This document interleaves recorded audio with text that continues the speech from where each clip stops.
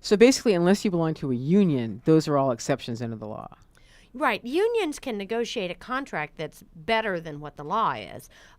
In fact, when I talk about, people say to me, well, how come we have so much wage theft right now?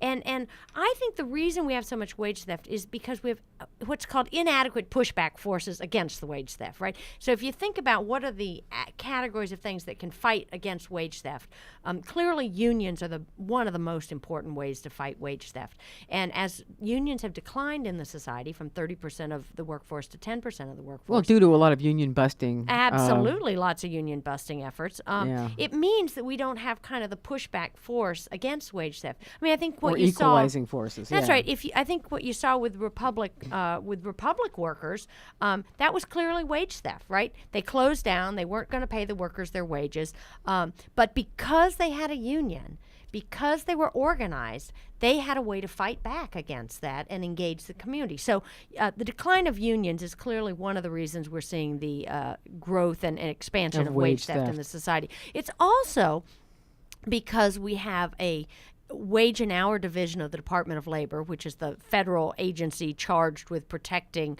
covering 130 million workers in terms of minimum wage and overtime issues. And you say they're understaffed. They have 750 staff for the entire country. You could not possibly enforce a law that covers 130 million workers with 750 staff. They can't do the job.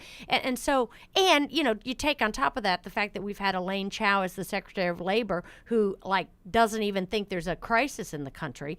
It's a huge problem. So we have virtually no pushback force from the Department of Labor. You're listening to WLUW, live from the Heartland 88.7 community radio from Loyola, and we're talking to Kim Bobo. She is the author of Wage Theft in America, and she's also the executive director for the Interfaith Worker Justice Organization. Now, you were talking about why you think it's rampant right now, this wage theft, these sort of creepy ways that people keep workers' money. But in your book, you outline several of the reasons that you think this is going on. One is the Department of Labor and Wages is understaffed. They That's can't right. possibly Absolutely. monitor this That's right. or investigate all the claims that would be out That's there. right. But one of the other reasons you put that I was interested in is greed and business practices and globalization. Yeah, absolutely. I think greed is clearly a major underlying cause here. But what's different is that greed's been around. I was going to say, you That's got the nothing robber new, barons right? that made their Right. millions way back at the turn of the century. Well, and It's been there's around a long a verse time. in Deuteronomy at the 24, 14, and 15 that talks about, if the wages of the workers aren't paid promptly, that they'll cry out to God, and God will find that the employer has sinned, right? I mean, so again, 2,000 years ago, there was wage theft, clearly. So greed is nothing new. Globalization and the rate of globalization has clearly enhanced some companies' willingness to steal wages from workers. And frankly, the fact that we have so many immigrants that have no path to citizenship and thus are very vulnerable in the society has made it easy for unethical employers It's easier to steal exploit wages. them. Absolutely, because they're terrified of complaining right now. So I want to be clear that wage theft is not just an immigrant problem, and certainly immigrants aren't causing wage theft, but certainly immigrants are pretty vulnerable in our society to wage theft.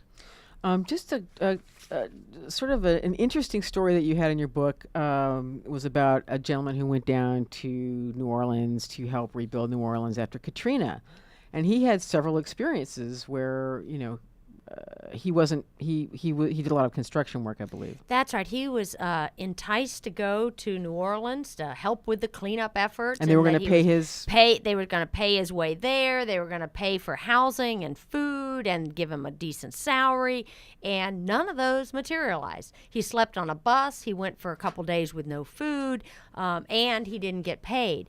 And the problem right now is that it's not just in New Orleans. Just 2 weeks ago, our Workers Center in Houston, Texas, they're trying to get back wages for 200 cleanup workers from Hurricane Ike. right? It happened all over again. And these are government dollars being put in for the cleanup efforts, and yet there's no enforcement to make sure that the people at the bottom of the pay chain Who are actually doing the work. who are really doing the work actually get paid. And so big contractors are getting their money, but those at the bottom doing the work are not getting it. It's wage theft, and we need a government response on this. This is not adequate to have you and me trying to fight this alone. Very quickly, because we need to wrap this up. Okay. But and I'm very happy to have you here. But it's not all negative. You do have some suggestions that the ordinary person can do. Absolutely. I mean, unlike many of the problems our nation is facing, we can stop wage theft. This one really isn't that hard. So in the book, I outline things that individuals can do in terms of talking to workers, in terms of paying your credit card, paying your tips in cash. But really being an advocate with your friends and neighbors in the community, right? It is every time we hear about wage theft, and I'm telling you, I talk to people all the time, and I hear it all the time. We have to tell people they need to fight it, and we need to be willing to stand with them in fighting it. There are lots of things our congregations can do. In fact, in the book, in one of the appendices, there's a congregational study guide, and I'm really hoping that congregations will study the book and look what they can do as congregations. And then you can get involved in helping advocate for more just policies. And that you should sign up for at Interfaith Worker Justice's website and sign up for our e-alert program. So it's iwj.org. Go to our website. You can sign up to get our action alerts. You can also buy the book there if you want. It's iwj.org. Well, one of the things that I'm going to sort of wrap up with this is that I think a lot of middle class white collar workers may not really identify with the problem of wage theft. They maybe think they're not affected by it. But to take a quote from your book, you say that wage theft places ethical employers at a competitive disadvantage by driving down the wages and standards for all workers. And I just think that applies everywhere. Absolutely, it applies everywhere. It's a huge problem, and stopping wage theft would not only be good for workers and their family. It's good for ethical businesses. It's good for public coffers because of the misclassification issues. And frankly, in a time when we need to stimulate the economy, what better way to stimulate the economy than making sure that the $40 to $50 billion a year that are stolen from workers' wages are actually paid to them so that they can circulate in our neighborhoods? Awesome.